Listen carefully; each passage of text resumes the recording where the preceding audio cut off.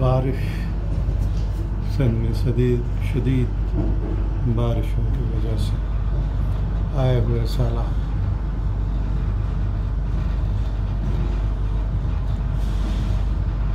बस्तियां पानी में घिरी हुई।